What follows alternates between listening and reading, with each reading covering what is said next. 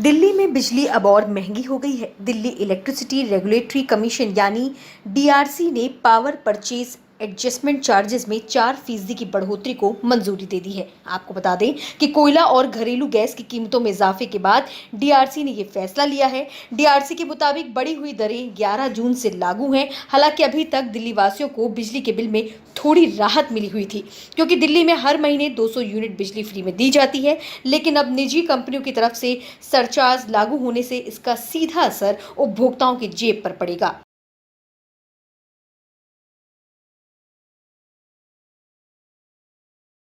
महाराष्ट्र के बाद अब गोवा में सियासी हलचल देखने को मिल रही है। कांग्रेस के कुछ विधायकों के भाजपा में शामिल होने की चर्चा है, जिस पर कांग्रेस की अंतरिम अध्यक्ष सोनिया गांधी ने मुकुल वानसिक को गोवा भेजा है। इसके अलावा पार्टी ने 5 विधायकों को अज्ञात जगह पर भी भेज दिया है। पार्टी से बगावत करने वाले विधायकों में माइकल लोबो, दिगंबर कामत, केदार नाइक, राजेश फलदेसाई और डेलिया लाह लोबो हैं।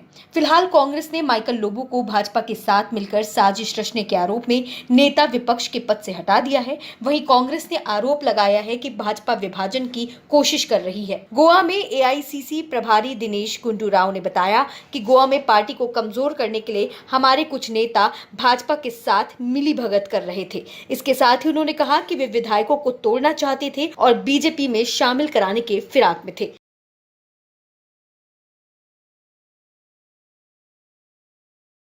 उत्तराखंड के पूर्व मुख्यमंत्री और महाराष्ट्र के राज्यपाल भगत सिंह कोश्यारी हरिद्वार दौरे पर हैं। उन्होंने सबसे पहले जगत गुरु शंकराचार्य राजराजेश्वराश्रम से मिलकर आशीर्वाद लिया, जिसके बाद राज्यपाल ने सिद्ध पीठ दक्षिण काली मंदिर में पहुंचकर मां काली की पूजा अर्चना भी की। इस दौरान भगत सिंह कोश्यारी ने कहा कि वह साधु संतों का आशीर्वाद लेने हरिद्वार आए हैं।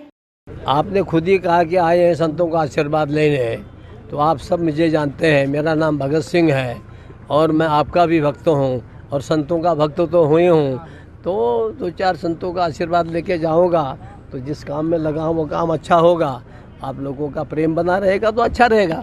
वहीं निरंजन अखाड़े के आचार्य महामंडलेश्वर कैलाश नंद गिरी ने कहा कि महाराष्ट्र के राज्यपाल भगत सिंह कोश्यारी मां काली का आशीर्वाद लेने आश्रम आए थे। इस दौरान उनसे कई विषयों पर भी चर्चा हुई।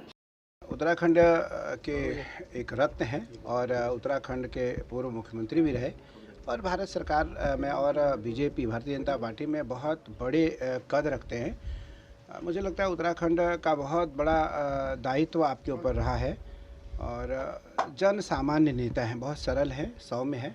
वर्तमान में महाराष्ट्र सरकार के गवर्नर हैं। आज भगवती माँ काली के पूजन करने आए। माँ भगवती का उन्होंने बहुत श्रद्धा और मन से पूजन किया, क्योंकि मेरे बहुत स्नेही हैं, मेरे बहुत प्रिय हैं। और उसके बाद पूजन के पश्चात आए, हमने उनका पहले उन्होंने अभिनंदन किया, अभिवादन किया, बड़ी बात है। उन्होंने कहा नहीं पहले मैं करूँगा फिर आप करेंगे। फिर हमारे साथ बैठ कर उन्होंने कुछ स्वास्थ्य, उत्तराखंड और भारतीय संस्कृति को लेकर के चर्चा की। प्रधानमंत्री जी को बधाई दिया कि आदरणीय प्रधानमंत्री नरेंद्र मोदी जी के नेतृत्व में जिस प्रकार सनातन धर्म और राष्ट्र को लेकर के कार्य हो रहा है, उसके लिए प्रधानमंत्री जी को बहुत सराहा। आदरणीय गृह मंत्री अमित शाह जी को बधाई दिया कि उनके नेतृत्व में भी बड़ा कार्य हो रहा है। और योगी जी को उन्होंने बहुत एक प्रसन्नता से उनकी प्रशंसा की। आपको बताते चले कि इससे पहले महाराष्ट्र के राज्यपाल भगत सिंह कोश्यारी 9 जुलाई को उत्तराखंड के दौरे पर थे, जहां पर उन्होंने मुख्यमंत्री पुष्कर सिंह धामी से भी मुलाकात की थी।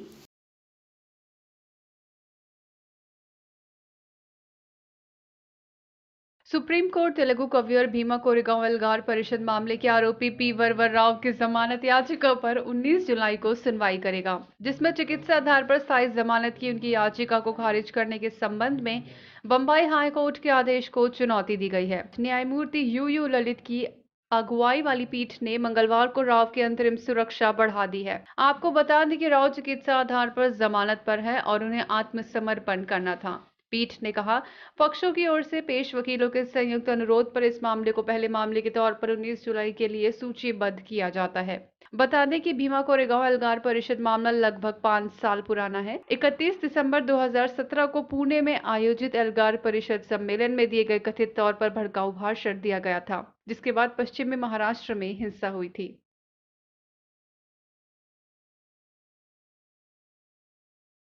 समाजवादी पार्टी के नेता और विधायक आजम खान पर 4 और मामलों में आरोप तय किए गए हैं। आजम खान समेत सभी आरोपियों के खिलाफ डूंगरपुर बस्ती प्रकरण के 3 और यतीम खाना प्रकरण के 1 मामले में MP MLA court session trial ने आरोप तय कर दिए हैं। साल 2019 में डूंगरपुर बस्ती में रहने वाली रूबी, साजिया और शकील अहमद ने आजम खान के इशारे पर उनसे मारपीट, लूटपाट करने और उनके मकानों को जेसीबी द्वारा ध्वस्त किए जाने का आरोप लगाते हुए केस दर्ज कराया था। मामले में गंज थाने में 12 मुकदमे दर्ज किए गए थे। वहीं दूसरी ओर साल 2019 में सपा नेता आजम खान समेत कई लोगों के खिलाफ शहर कोतवाली में रिपोर्ट दर्ज की गई थी, जिसमें आरोप था कि सपा नेता आजम खान के इशारे पर यतीम खाना बस्ती में रह रहे लोगों के साथ मारपीट, लूटपाट की गई, साथ ही उनके घरों को भी ध्वस्त कर दिया गया था। शुक्रवार को MP MLA court session trial में दोनों प्रकरण में दर्ज मामलों की सुनवाई हुई। इस दौरान सपा नेता आजम खान समेत सभी आरोपी कोर्ट में पेश हुए। मामलों में कोर्ट ने गवाहों को तलब कर लिया है। अब कोर्ट इन मामलों में 20, 21, 22 और 25 जुलाई को सुनवाई करेगा।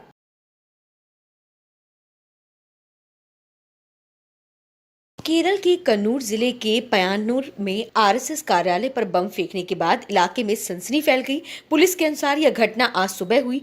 हमले में इमारत की खिड़की के शीशे भी टूट गए। मामले में आगे की जांच जारी है। इस घटना में फिलहाल किसी तरह के जान माल के नुकसान की खबर नहीं है। इस घटना पर भाजपा के प्रवक्ता टॉम वडक्कन ने कहा कि यह चौंकाने वाला और दुर्घटनापूर्ण है कि कानून और व्यवस्था की स्थिति सामाजिक संगठनों पर बम फेंकने के स्तर तक बिगड़ गई है। यह नागरिक समाज में स्वीकार्य नहीं है। इसके साथ ही उन्होंने कहा कि पहले भी आरएसएस कार्यकर्ताओं पर हमले हुए हैं। इस तरह की कानून व्यवस्था की स्थिति से जल्द निपटारा होगा। इसके लिए पुलिस और राज्य प्रशासन जवाबदेह है। पुलिस और सरकार को घेरते हुए टॉम वडक्कन ने कहा कि पुलिस की मिलीभगत बहुत खतरनाक है। ऐसे उदाहरण हैं जहां पुलिस स्टेशन 100 मीटर दूर है और फिर भी कुछ नहीं होता है। कार्यालयों को विशेष रूप से कन्नूर जैसे संवेदनशील जिले में संरक्षित किया जाना चाहिए। ऐसा नहीं किया गया है। लापरवाही के साथ मिलीभगत। मुझे यह कहते हुए खेद है। राज्य सरकार को राज्य में किसी भी राजनीतिक कार्यालय को नुकसान के लिए जिम्मेदार ठहराया जाएगा।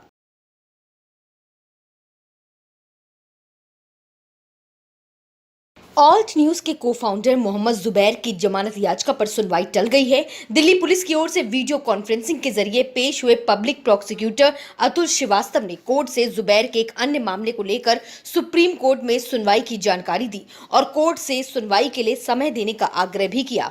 आपको बता दें कि दिल्ली पुलिस ने जुबैर को 2018 के ट्वीट के एक संबंध में धार्मिक भावनाओं को भड़काने के आरोप में गिरफ्तार किया था, जिसके बाद पटियाला हाउस की मजिस्ट्रियल कोर्ट ने 2 जुलाई को जुबैर की जमानत अर्जी खारिज कर दी थी। फिर 14 दिन की न्यायिक हिरासत में रखने के बाद मजिस्ट्रेट अदालत की तरफ से जुबैर पर लगे आरोपों को गंभीर करार देते हुए कहा था कि पूरे मामले की जांच शुरुआती स्तर पर है, जिस कारण जुबैर को 5 दिन पूछताछ के लिए न्यायिक हिरासत में भी भेजा गया था। आपकी जानकारी के लिए बता दें कि मोहम्मद जुबैर पर धार्मिक भावनाएं आहत करने के संदर्भ में आईपीसी की धारा 295A और आईटी एक्ट की धारा 67 के तहत यह मामला दर्ज किया गया था।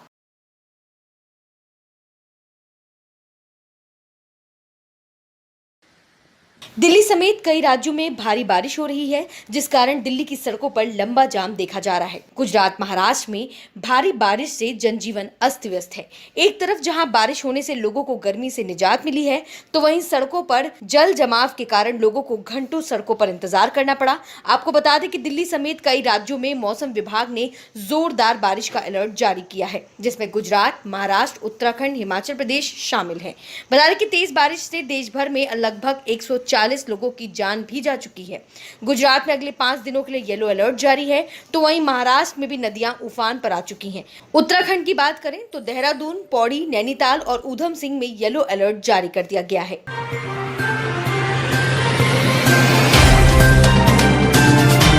Subscribe now and press the bell icon. Never miss an update.